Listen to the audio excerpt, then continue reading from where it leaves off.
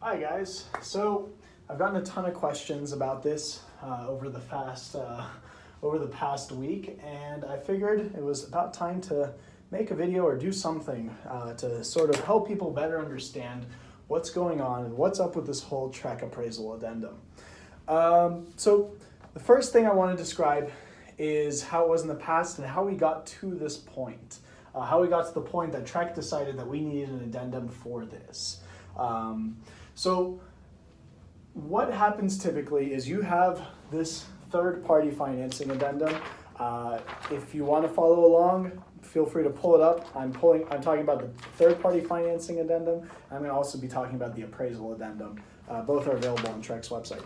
So this third-party financing addendum, it provides for a few different types of approval. It says that the buyer is going to try their very, very best to get their approval on a conventional loan or a VA loan or a FHA loan, and they have a certain amount of time to do it. So the first thing they have is buyer approval. Usually, I personally ask for 21 days to do this buyer approval.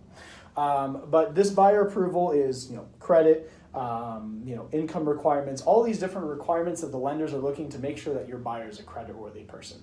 Now, your other type of approval is property approval.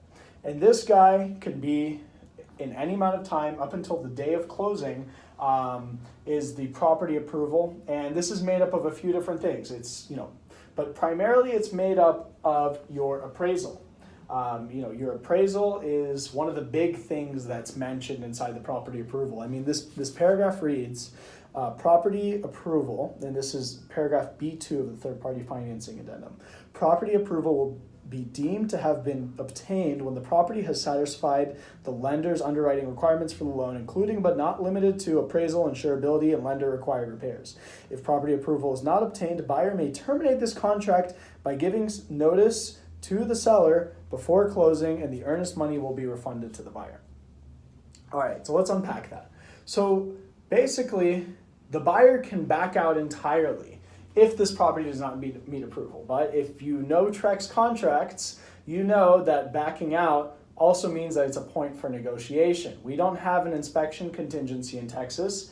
We have an option period. And during that option period, you can back out for whatever reason you want. Or you can go back to the sellers and say, hey, check this out. Your inspection says that you need $2,000 worth of work done on the house. I want $2,000 off my asking price. So just because it says termination doesn't mean that there's room for negotiation or that's a contingency or something like that. It's just a way that TREC words these things. It's talking about when it says backing out, there's also room for negotiation. So how it was in the past is that, say I have an asking price, and that asking price is $250,000. And I put in an offer. I'm in a multiple offer situation. That agent calls me up and says, hey, we are in a multiple offer situation. Bring back your highest and best offer. And I talk to my buyers. I run my comps. We say, all right, we're going to go and we're going to put in an offer of $260,000. That's $10,000 difference between our asking price and our offer. So here I have a little number line. And we have $250,000, and that here is our asking price.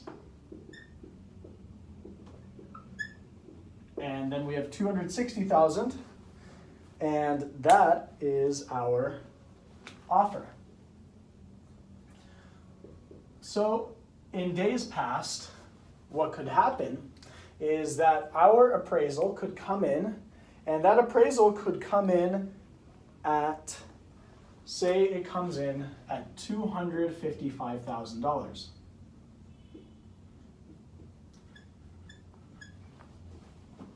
So what we have here is another spot here for $255,000. And that's how our appraisal came in. So now we have a difference. We have a $5,000 difference here between our offer and our appraisal. And that's a difference that our buyer and our seller will need to reconcile. Here is our $5,000 conundrum that we come up with here. So now the buyer has two options. In the absence of the TREC appraisal addendum, the buyer can back out. They can say, this house is junk, I don't want it, I'm out. Or the buyer could come in and they could say, all right, seller, you're gonna have to lower that price down to $255,000.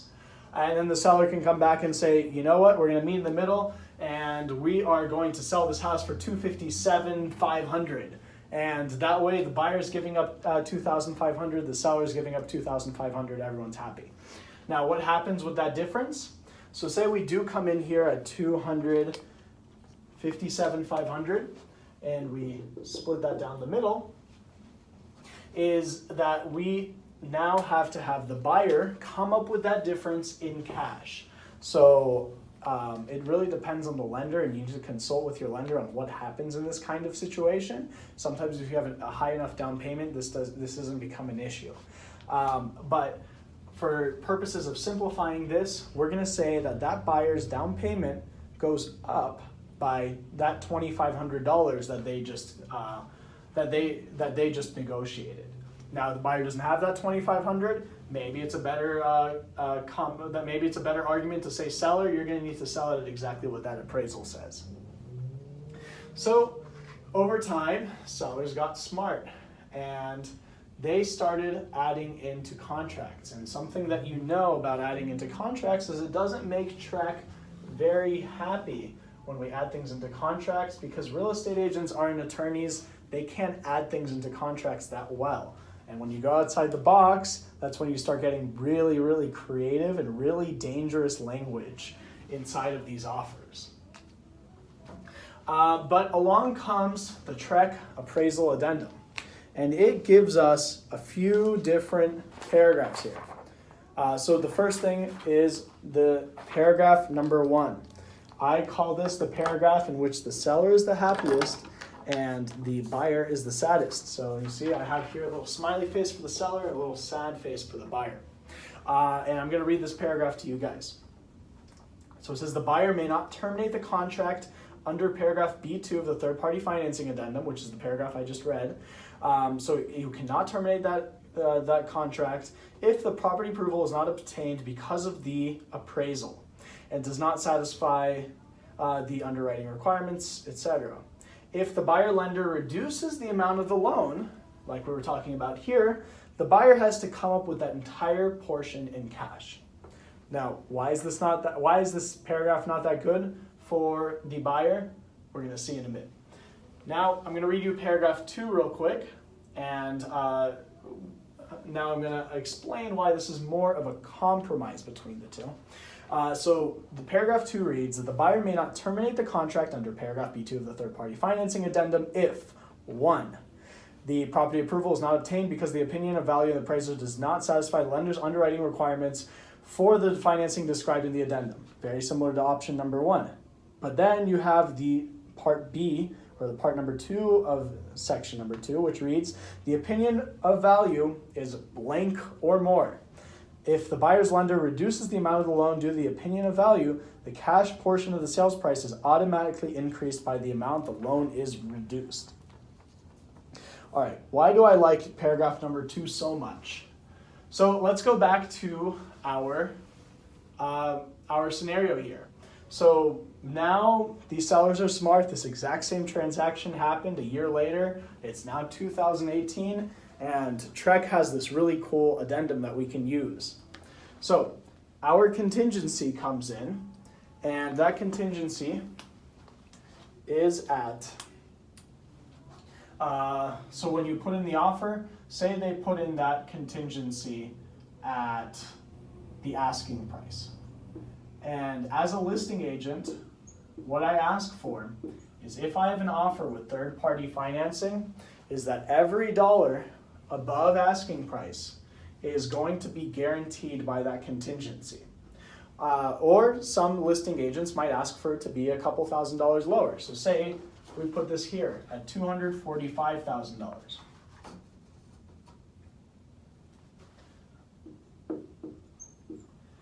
So we have our contingency here at $245,000, and that's where our contingency is. And at this point, we don't know what the appraisal might come in. It could come in at 255, it could come in anywhere else. So say we don't know where the appraisal comes back at because that's where we are at the offer. We need to understand what are the different scenarios. Where, if this appraisal can come in anywhere on this spectrum. So say it comes in a very, very extreme world, in a very unlikely world. You have the possibility of this appraisal coming in at $150,000. What happens here? Well, if they check off box number 1 and not box number 2, so this $245,000 hasn't been filled into box number 2, they checked off box number 1.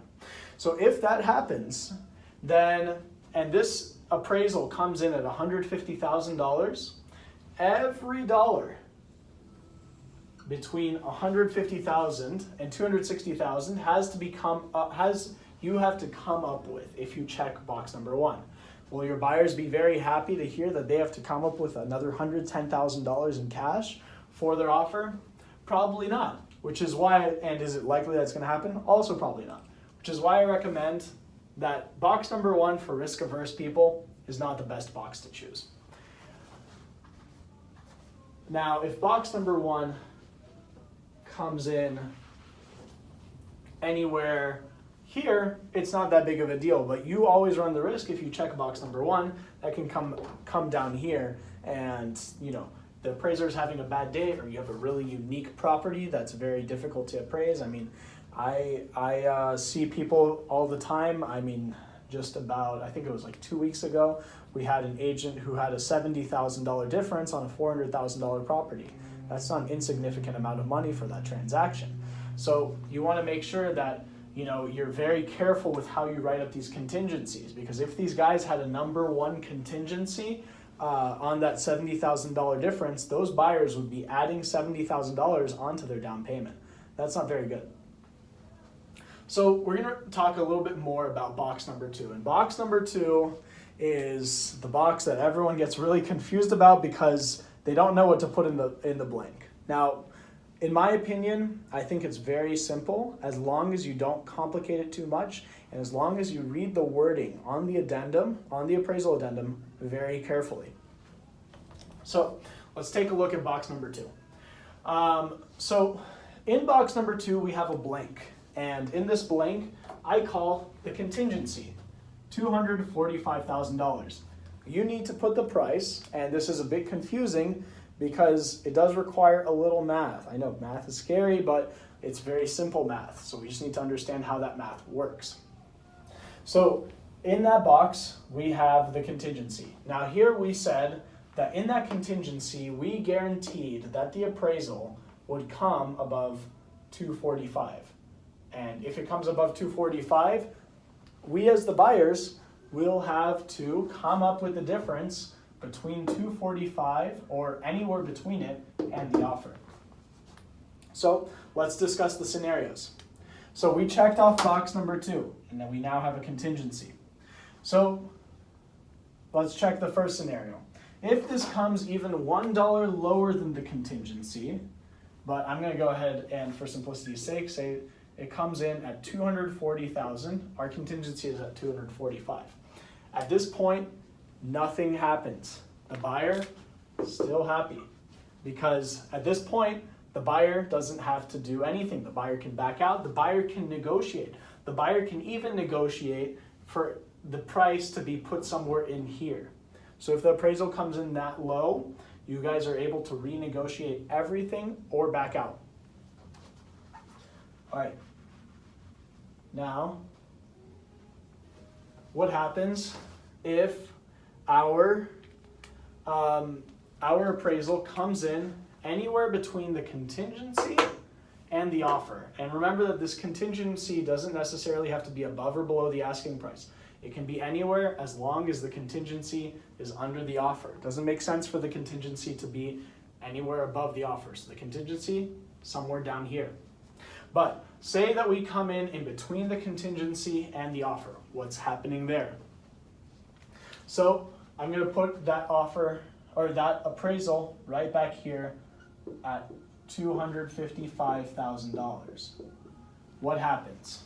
So at this point, your buyer now has to come up with every dollar, or, I mean, depending on the lender, it could be less, but go ahead and assume for simplicity's sake, that's going to be every dollar. That your buyer is now coming up with $5,000 by default. There's no negotiations about it. Your buyer has to add that money on to their loan and make up the difference. It could be less than $5,000, it could be more possibly, but I mean, you really need to speak to your lender to figure out exactly how they handle that. But you want it to be right here between the 255. So say you have your appraisal coming at 255, your $5,000 is guaranteed that you're adding that onto your down payment. Now let's say that you have another rare situation, but it certainly can happen. You didn't expect it, but your offer comes in, or your appraisal comes in at 265. At this point, you as the buyer don't have to tell the seller anything. You can just tell it that it met appraisal. But here is our $265,000 appraisal. So at this point, the buyer is still happy. Why is the buyer happy? Because they are paying $260,000 for a house that an independent appraiser said is worth $265,000. So you still have happy buyers at that point. The only point where your buyer has something to worry about is if it comes here between this contingency or this offer. So that's the summary of box number 2. It's basically that if you are, and this is what I say from the listing agent perspective. If I have listing agents watching this, or people who are working in a listing and they say, why do I need this addendum inside of my listing? Here's how I put it. On my listings, I want every dollar above the asking price guaranteed, because I met with my sellers and we decided that the best price for this property was $250,000. And and you're about to make an offer for $260,000. I can't guarantee it's worth that, but it really seems like you think it's worth that. So I want you to guarantee every dollar between $250 and $260 that you're going to come up with that in cash if that doesn't meet appraisal. And that's from a listing agent's perspective, how you want to handle this appraisal addendum and why it's a really good idea for you to have it on there. Now, if you can convince some schmuck to check off box number 1, power to you. But I say the best compromise for everyone is to check off this box right here, box number 2. The third box, if there's enough demand, I can make a video about it. I don't think it really has a place in this video. I don't think it's a particularly useful box.